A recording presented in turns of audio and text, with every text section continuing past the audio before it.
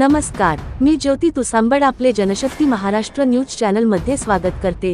बीड जिल्ह्यात सातत्याने घडणाऱ्या मारहाणीच्या घटना थांबण्याचं नाव घेत नाहीत। बीड तालुक्यातील साक्षाळ पिंपरी गावात माजी सरपंचाने तरुणावर कोयत्याने जीवघेणा हल्ला केल्याची घटना समोर आली आहे।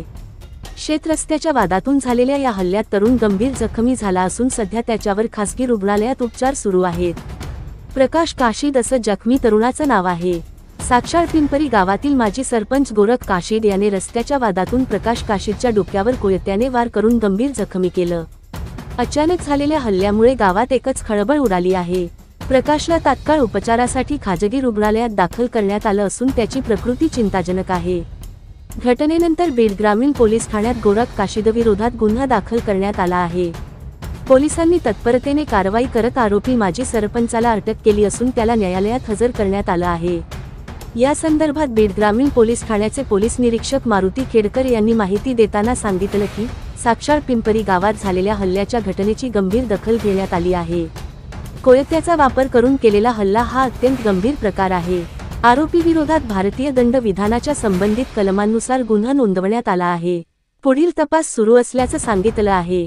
गेल्या काही दिवसांपासून बीड जिल्ह्यात विविध कारणांवरून होणाऱ्या मारहाणीच्या घटनांमध्ये वाढ झाली आहे। गावोगावी रस्त्याचे वाद, वैयक्तिक वाद, राजकीय कुरबुरी यामुळे अनेकांना मारहाणीला सामोरं जावं लागत आहे। यामुळे जिल्ह्यातील कायदा व सुव्यवस्थेवर प्रश्नचिन्ह उपस्थित होत आहे। स्थानिक नागरिकांनी पोलिसांनी अधिक कठोर पावलं उचलावीत अशी मागणी केली आहे।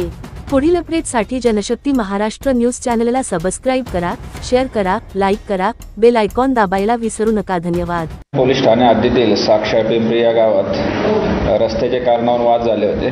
त्या वादामध्ये तक्रारदार जे आहेत प्रकाश काशीद यांना आरोपी गोरख भगवान काशीद यांनी मारहाण केली होती। त्या मारहाणीमध्ये त्यांना डोक्यामध्ये कोयत्याने मारहाण केल्याबाबत तक्रार दाखल आहे आणि सदर दाखल तक्रारीवरून आरोपीस अटक करण्यात आली आहे। पुढील तपास सुरू आहे। त्याबाबत अजून तपास सुरू आहे। त्याला आज रोजी कोर्टात हजर करण्यात आले, जे रिमांड घेऊन पुढील अधिक तपास करीत आहे।